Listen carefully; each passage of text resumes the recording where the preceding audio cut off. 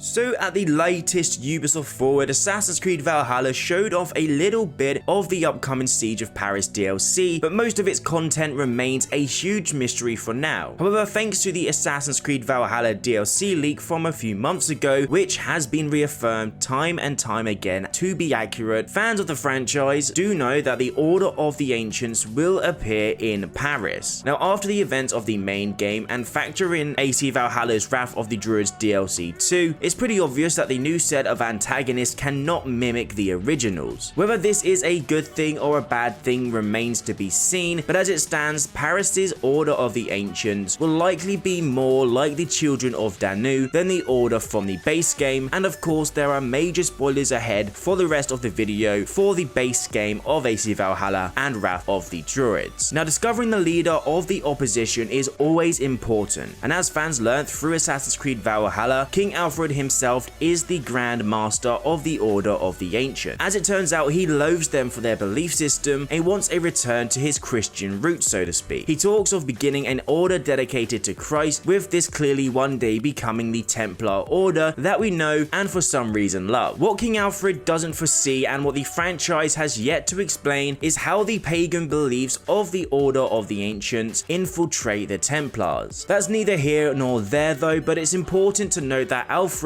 has ended the Order at the end of Assassin's Creed Valhalla, explaining his actions to Eivor and continuing about his life. However, no matter how powerful this cell was, it was just a part of the Order. By Eivor's time, the Order of the Ancients has swept across the entire world, and there are multiple Grand Masters. Just as Haytham Kenway was the Grand Master of the Templar Order in North America, there was one in Europe too, and more the world over. At this time, it's likely to be even more divided, and so when players get to Paris, they aren't likely to deal with an order plagued from the inside by its master, but a new threat altogether. Given that it's a new threat and a new set of people to track down and kill, it's more likely that this cell of the Order is more like the Children of Danu than they will be the Order found in England. For starters, there's the technical limitations of this being a DLC. Now, while it may have entire new areas to explore, including most of France, its scope won't match that of the base game by nature. As such, while the Order of the Ancients mattered a lot to the story of the base game, it remains to be seen if it matters the same in Paris. The Order could be involved with the siege after all, with Charles the Fat predictably primed to take on the role of Grand Master. Players have to infiltrate the city of Paris, forge new alliances within its walls, and strike a blow that will shatter an empire. There's a certain level of subterfuge implied, setting up what is hopefully a decent pre-Assassin versus Templar storyline. The point is though, the Children of Danu were part of the Wrath of the Druids storyline, but they were not as involved or as important to its core storyline as many may have believed. As such, it's likely to explore a similar path. The Order of the Ancients may be part of the Siege of Paris storyline, but they may not be as important as you think. For example, there is only a few Children of Danu cultists who have been killed in Wrath of the Druids. There are 5 that are part of the main story, with a couple of them simply lengthening the DLC. There are 2 major ones involved from those 5, and that's it. Otherwise, players are encouraged to hunt down the Children of Danu for a final boss fight, as well as a new legendary weapon. With this in mind, players can probably expect the same amount of Order of the Ancients in the Siege of Paris. There will likely be 10 members that Eivor ends up hunting down, with no more than half of them being involved in the main story. 1 or 2 of them may have a bigger role, but nothing existing in terms outside of Paris. The others will likely be needed to hunt down and turned into a quest giver to unlock a similar boss fight, as well as a new weapon. Now, whether or not this is a good or bad thing is all up in the air for fans at the moment, but all signs point to similar beats even if approached uniquely. After all, while there are a few mysteries in AC Valhalla that need to be resolved, it's unlikely that this Siege DLC will answer them. However, with more and more seemingly ambitious DLCs on the way, with fans traveling to Muspelheim in AC Valhalla, which is practically confirmed, it stands to reason that this is just another chapter in Eivor's greatest saga, and one I am looking forward to playing, and one I'm going to be looking out for the next few months. Now guys and girls, I just want to say something quick about this community fundraiser we are doing throughout all of the AC community. Now, it's called Assassins in Need, and this is a community fundraiser ran by Cole at the ones who came before. Now, we've already reached our goal, but let's just push it further and further as much as we can. This is a great thing to be a part of, and I for one would be very thankful if you went over and and donated whatever you can. But ladies and gentlemen, I just want to take a quick moment to talk about our new community fundraiser called Assassins in Need. Now this year, the ones who came before is partnering with the support of the World Federation for Mental Health in collaboration with many different Assassin's Creed content creators, including myself, to bring something great into the community. Now the past 18 months have been incredibly difficult, especially for young people, which has sadly led to an increase in mental health issues. Now the World Federation for Mental Health are an international organization that seeks to heighten public awareness about the importance of mental health and to gain a better understanding and improve the attitudes towards mental disorders. They also aim to improve the care, treatment, and recovery of people with these disorders around the world. Now each year, the ones who came before come together with community members to raise money for causes relating to the franchise. Now of course, mental health is something that has undeniably affected many of our community members, including myself, and we are aiming to make a difference once again. Last year, the ones who came before managed to raise over £500 for the Italian Red Cross, who are battling coronavirus at the height of the pandemic, and our target for this year was £550, but we are now almost at 600. Now I for one will 100% be donating, and well, this is something I want us all to get behind. If you can donate anything from £1, £5, £10, $20, $50, $200, $1,000, whatever you can, it would be greatly appreciated. Now I've chucked a link in the description to the GoFundMe page. Go over there, you can read through all of what you need to know. If you have any questions about this, of course, go over to the ones who came before and ask them questions about it. Comment down below what you think about this fundraiser. I will be answering any questions you have given me. Guys and girls, I really hope you have enjoyed this video. If you have, a like would be greatly appreciated. Also subscribe if you are new to stay up to date with the latest and greatest Assassin's Creed informational videos and gameplay. Now I hope you all have an amazing day, and I'll see you in the next video.